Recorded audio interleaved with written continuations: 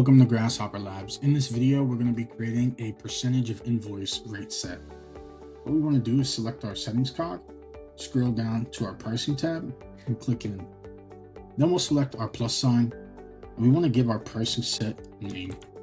Then we want to change our pricing set type to percentage of invoice. Next up, we'll add a minimum.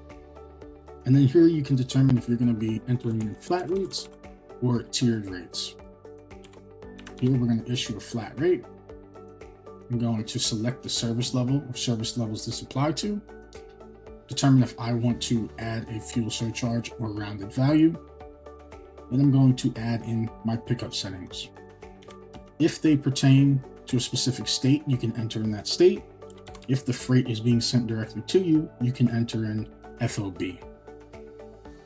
Next, we're going to select our delivery settings. And here we want to select the region or buildings that this pertains to.